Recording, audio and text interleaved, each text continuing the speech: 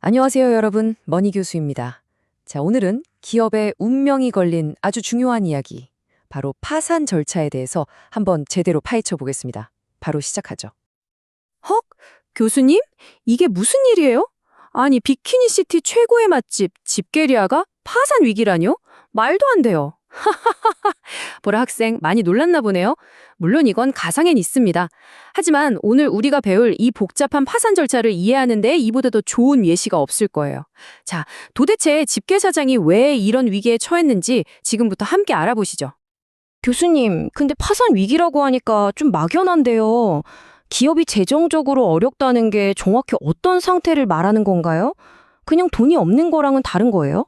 이야, 아주 핵심적인 질문이에요. 우리가 흔히 망했다고 말하는 재정적 곤경에도 심각성에 따라 여러 단계가 있습니다. 자, 이 화면 보면서 하나씩 차근차근 짚어보죠. 자, 첫 번째 단계는 사업 실패입니다. 이건 말 그대로 사업이 망해서 돈을 빌려준 사람들에게 손해를 끼치고 결국 문을 닫는 상황을 말해요. 예를 들어서 집게리아가 게살버거 패티를 공급하는 업체에 돈을 제때 못 줘서 결국 장사를 접게 됐다? 그럼 이게 바로 사업 실패에 해당하는 거죠. 아, 그럼 기술적 지급 불능이라는 건 그냥 당장 쓸 현금이 꺽 떨어진 상태, 그런 건가요? 네, 정확해요. 핵심 키워드는 바로 유동성 부족입니다. 그러니까 집게리아가 가게 건물이나 그 비법 레시피 같은 자산은 분명히 있는데도 당장 다음 주에 갚아야 할 돈이나 우리 징징이 월급 줄 현금이 없는 상태, 이걸 말하는 겁니다. 일시적으로 현금 흐름에 문제가 생긴 거죠.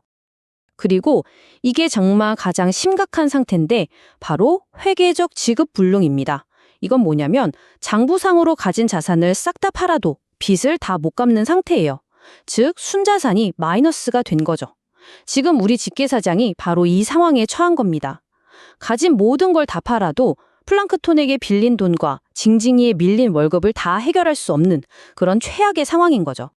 자, 이렇게 벼랑 끝에 몰린 집게사장. 이제 정말 중대한 선택의 기로에 섰습니다. 법적으로 갈 수 있는 길은 크게 두 가지가 있거든요. 이 집게리아를 완전히 끝낼 것이냐, 아니면 어떻게든 다시 살려낼 것이냐. 그 두 가지 길이 바로 청산과 회생입니다. 청산, 이걸 보통 Chapter 7 파산이라고 하는데요. 말 그대로 사업을 깨끗하게 정리하고 남은 자산을 팔아서 채권자들한테 나눠주고 끝내는 절차예요. 반면에 회생, 이건 Chapter 11 파산인데 어떻게든 사업은 계속하면서 빚을 갚아나갈 방법을 찾는 재기의 기회를 모색하는 거죠. 청산과 회생, 길이 완전히 다르네요. 각각 어떻게 진행되는지 더 자세히 알고 싶어요. 좋습니다. 그럼 좀 비관적인 이야기부터 시작해 볼까요?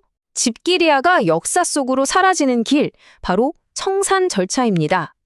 만약 집게사장이 이 길을 선택한다면 법원은 집게리아의 모든 자산을 처분해서 돈을 받을 사람들에게 순서대로 나누어 주게 됩니다.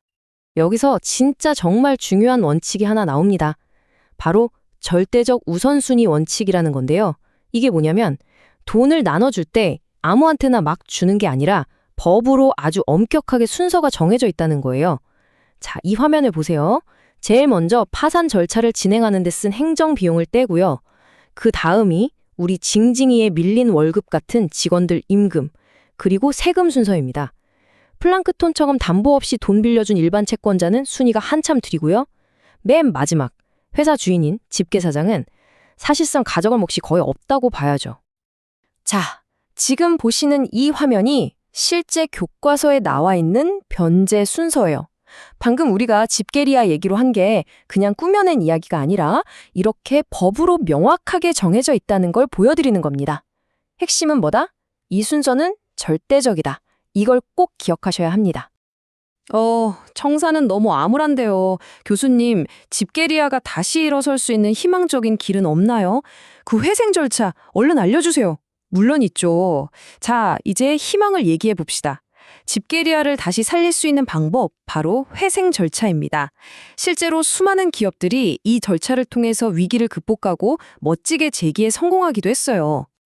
회생 절차는 보통 이렇게 진행돼요. 첫째, 집계사장이 법원에 달려가서 우리 가게 아직 희망이 있습니다. 살려주세요 하고 회생 신청을 하는 거죠. 그리고 둘째, 앞으로 빚을 어떻게 갚고 가게를 어떻게 살릴 건지 아주 구체적인 회생 계획안을 제출해야 해요. 그럼 셋째, 이 계획을 보고 플랑크톤 같은 채권자들이 투표를 하고요. 법원이 오케이, 좋았어 하고 도장을 딱 찍어주면 마지막으로 집계리아는 새로운 출발을 할 기회를 얻게 되는 겁니다. 교수님, 근데 만약에요. 플랑크톤 같은 채권자들이 난 끝까지 반댈세! 이러면 어떡해요? 그럼 회생은 그냥 물 건너가는 건가요? 아주 좋은 지적이에요. 바로 그럴 때를 위한 아주 강력한 필살기가 있습니다. 이 화면에 나오는 크램다운이라는 제도인데요. 이게 진짜 강력해요. 일부 채권자 집단이 막 반대를 해도 법원이 딱 보기에 아니 이 회생 계획이 모두를 위해 최선이야 라고 판단하면 강제로 계획을 승인해버릴 수 있는 거예요. 말 그대로 반대하는 사람들을 눌러버린다는 뜻이죠. 채무자한테는 정말 강력한 무기인 셈입니다. 자, 지금까지 집계리아라는 가상의 사례를 통해서 파산의 두 가지 길을 살펴봤는데요. 그럼 이제 이 원칙들이 현실 세계의 거대 기업들한테는 어떻게 적용되었는지 실제 사례를 통해 한번 알아보겠습니다. 이 숫자 좀 보세요. 6,910억 달러. 이게 2008년에 전 세계 금융시장을 얼어붙게 만들었던 리먼 브라더스가 파산할 당시의 자산 규모예요. 정말 상상하기조차 힘든 금액이죠. 이 표를 보면 청산과 회생의 결과가 얼마나 다른지 한눈에 보입니다. 리먼 브라더스는 결국 청산의 길을 걸어서 역사 속으로 사라졌습니다. 하지만 비슷한 시기에 똑같이 파산 위기를 겪었던 제너럴 모터스, GM은 어땠죠? 회생 절차를 선택했고 과감한 구조조정을 통해 성공적으로 재기해서 지금도 세계적인 자동차 회사로 남아있잖아요. 이처럼 어떤 길을 선택하느냐가 기업의 운명을 완전히 바꾸놓는 겁니다. 자, 오늘 파산의 두 갈래 길, 청산과 회생에 대해 배웠습니다. 이제 여러분이 집계사장이라고 한번 상상해 보세요. 채권자들, 징징이 같은 직원들, 그리고 비키니시티의 명물인 집계리아의 미래가 바로 여러분의 결정에 달려 있습니다. 과연 어떤 선택을 하시겠습니까? 오늘 배운 내용을 바탕으로 한번 깊이 고민해 보시기 바랍니다.